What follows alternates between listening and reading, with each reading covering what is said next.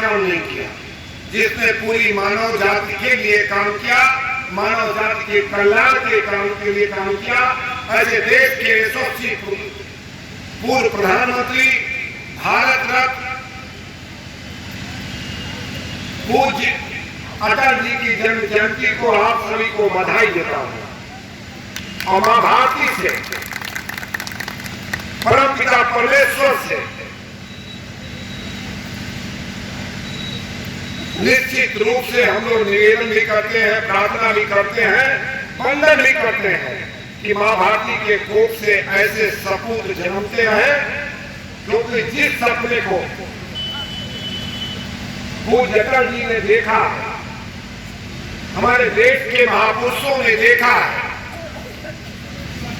उसको पूरा करने का साहस, क्षमता हम सभी को दे, ऐसी परम पिता परमेश्वर से प्रार्थना। साथियों, अटल जी के विषय में मुझ जैसे छोटे से कार्यकर्ता की कोई हैसियत नहीं कि मैं बोल पाऊं, और मैं तो छोड़ो, देश में शायद गिने चुने लोग होंगे शायद पूज्य अटल जी के विषय में बोल पाए, लेकिन बोलने वाला कोई वक्ता इस बात का दावा नहीं कर सकता कि पूज्य अटल जी के व्यक्तित्व के विषय में वो संपूर्ण जानकारी रखता हो या संपूर्ण बातें को बता सके।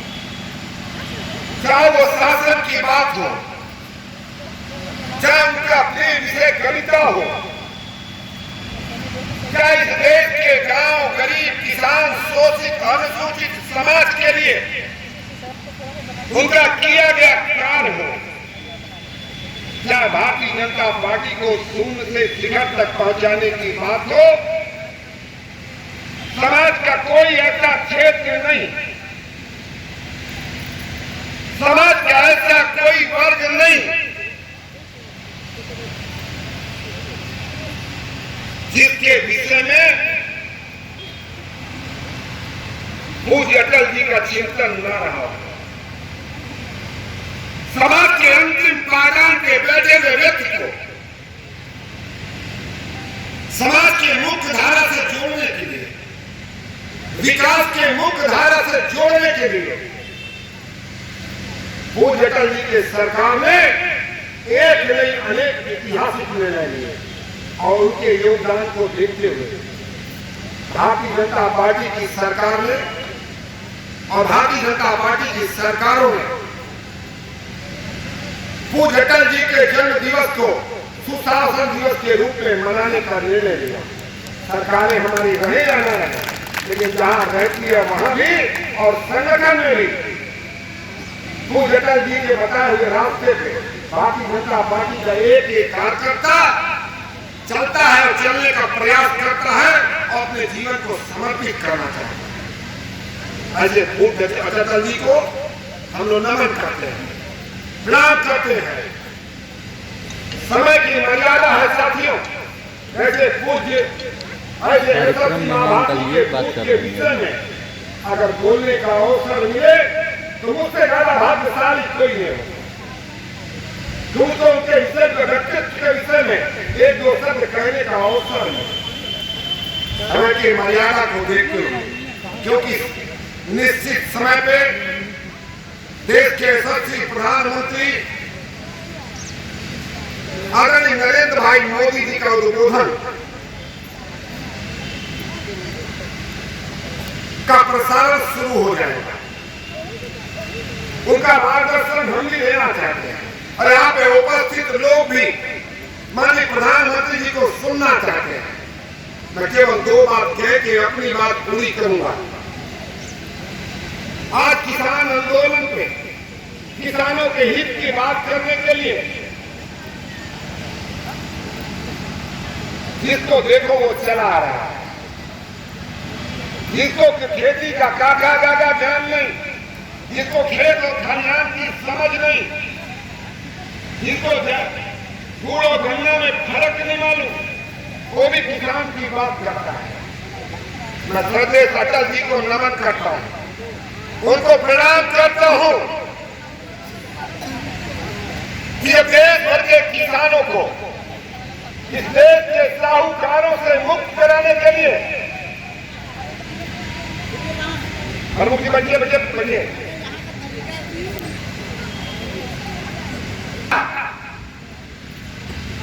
कि किसान की बात करने वाले जिनको काका गागा भी ज्ञान नहीं है।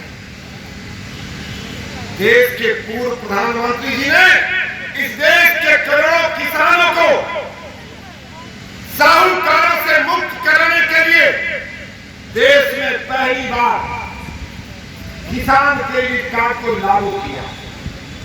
आजाद भारत में ऐतिहासिक निर्णय लेने का काम अगर किसी ने किया तो पूज्य अटल जी ने किया और वो किसान क्रेडिट कार्ड के माध्यम से देश के करोड़ों किसान आज देश के साहूकारों से मुक्त हैं। किसानों ने सबसे ज्यादा आत्महत्या किया, जिनके नीतियों के कारण इस देश का किसान कर्जदार हुआ, वो किसान हितैषी हो गए। और उत्तर प्रदेश के यशस्वी मुख्यमंत्री जी के नेतृत्व में जब 2017 में पहली बार सरकार बनती है, पहली कैबिनेट में पहले निर्णय में इस प्रदेश के 86 लाख किसानों का 36,000 करोड़ रुपया माफ कर देते हैं। जिनके नीतियों के कारण किसान कर्जदार हुआ, वो किसान हितैषी हो गए और जिसके नीतियों के कारण किसान कर्ज मुक्त हुआ, आज उसको लोग, उस सरकार को लोग किसान विरोधी बताने पे तुले हैं। जिनके नीतियों के कारण सबसे ज्यादा इस देश में किसानों ने आत्महत्या किया, वो लोग किसान हितैषी होना चाहते हैं। और जिस प्रधानमंत्री जी के नेतृत्व में इस देश के किसानों ने आत्महत्या करना बंद कर दिया, उस सरकार को लोग किसान विरोधी बताने में लगे। साथियों, दुर्भाग्यपूर्ण है। साथियों को निष्ठा के साथ कहना चाहता हूं, समाज के बुद्धिजीवी लोगों से कहना चाहता हूं, युवाओं से कहना चाहता हूं, आजाद भारत में जितना मोदी सरकार को अग्नि परीक्षा देनी पड़ी है, उतनी अग्नि परीक्षा किसी भी सरकार को देना नहीं पड़ा है। 6 साल में एक नहीं अनेक अग्नि परीक्षा इस सरकार को देना पड़ा है। आजाद भारत के सर्वाधिक समय तक इस देश में जिन लोगों ने शासन किया, उनसे सवाल नहीं किया जाता। हम मात्र 6-6.5 साल मोदी जी के नेतृत्व में, 5-5.5-6 साल पूज्य अटल जी के नेतृत्व में सरकार चलाए। आजाद भारत के 74 साल में मात्र 12 साल सरकार हमने चलाई है और इस सरकार को जितनी अग्नि परीक्षा देनी पड़ी है, देश में किसी भी सरकार को इतनी अग्नि परीक्षा नहीं देनी पड़ी। ये सवाल किया जाना चाहिए, सवाल पूछा जाना चाहिए कि जब इस देश में नागरिकता संशोधन अधिनियम आता है तो लोग उस पे धरने पे बैठ जाते हैं। मैं आपसे जानना चाहता हूं, क्या हमारे पूर्वजों ने, हमारे महापुरुषों ने इस भारत भूमि को इसीलिए आजाद कराया था कि यहाँ पे आके बांग्लादेशी रहेंगे, यहाँ पे पाकिस्तानी रहेंगे, यहाँ पे बर्मा के लोग रहेंगे। आज पूज्य अटल जी के जन्म जयंती पर मैं सम्मानित मन से कह देना चाहता हूँ, माँ भारती के धरती पर रहने का अधिकार केवल उसको है जो माँ भारती के कोख से जन्मा है। किसी भी अप्रवासी को अनुमति हम नहीं देंगे। हम इस देश को धर्मशाला बनने नहीं देंगे। यह धरती माँ भारती के कोख से जन्मे हुए भारतीयों के लिए है। इसलिए साथियों में कहना चाहता हूं, यह सरकार कोई भी निर्णय लेती है तो तुरंत लोग धरने पे बैठ जाते हैं। जब जम्मू कश्मीर से धारा 370 समाप्त किया जाता है समाप्त होने से पहले कहते हैं कि जम्मू और कश्मीर में धारा 370 समाप्त होगी तो खून की नदियां बह जाएगी। धारा 370 हमें समाप्त नहीं किया। जम्मू को अलग किया, कश्मीर को अलग किया, लद्दाख को अलग किया और केवल अलग ही नहीं किया। 70 साल में जो लोकतंत्र समाप्त हो गया था, हमने पंचायत चुनाव के माध्यम से वहां लोकतंत्र की स्थापना करने का काम किया है। अब दादा जी, मैं आपको कहना चाहता हूं, जो लोग कहते थे कि खून की नदी बहेगी, वो जानते नहीं, ये मौनी बाबा की सरकार नहीं है, पीछे से ये मोदी और अमित भाई की सरकार है, पीछे ये योगी की सरकार है। पसीना खून तो छोड़ो, एक बूंद पसीना भी नहीं बहा। उनको मालूम नहीं है कि मौनी बाबा की सरकार नहीं है कि बर्मा के लोग आएंगे, बांग्लादेश के बीएसएफ के जवान आएंगे, भारत के बीएसएफ के जवानों का सर काट के ले जाएंगे। यहाँ बैठी मौनी बाबा की सरकार कहेगी हम देख रहे हैं। ये मोदी और अमित भाई की सरकार है। माँ भारती के सम्मान में, माँ भारती के एकता और अखंडता पे हाथ उठाने वाले को हम घर में घुस के मारते हैं। ये बात कहने की जरूरत नहीं, दुनिया ने इसको देखा। इसलिए मैं ऐसे लोगों से भी कहना चाहता हूं कि किसी गलत फहमी में न रहे, किसी के बहकावे में न रहे। अगर आप माँ भारती के सम्मान में, माँ भारती के एकता और अखंडता के में आपने गुस्ताखी दिखाने का काम किया, तो जब चाइना और पाकिस्तान को नहीं छोड़ते तो आप भी इसे काम करेंगे।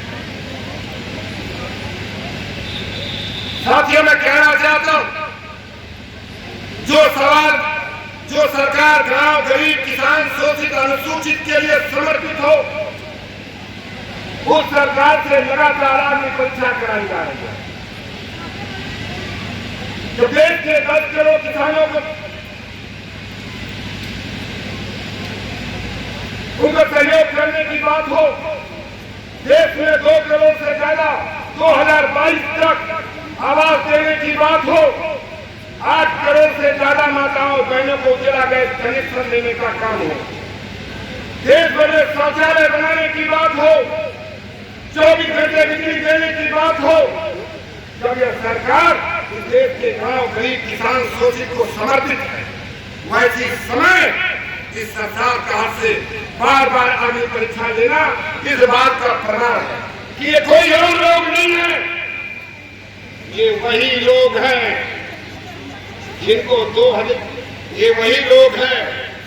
2014 में आपने नकार दिया। ये वही लोग हैं जिनको 2017 में आपने नकार दिया। ये वही लोग हैं जिनको 2019 में आपने नकार दिया।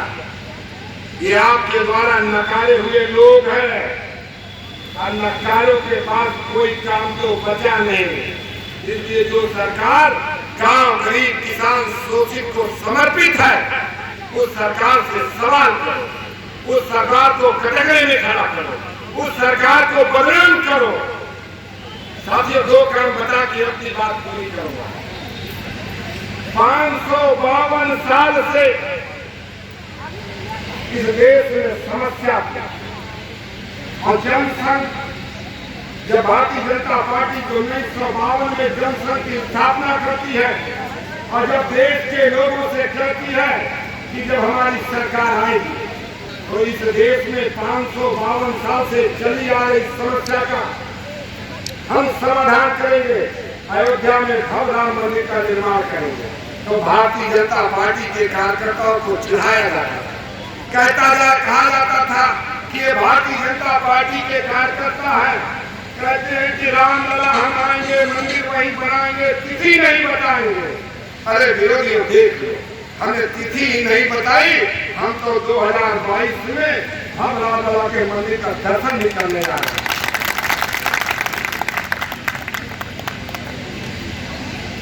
कोई संशय है क्या?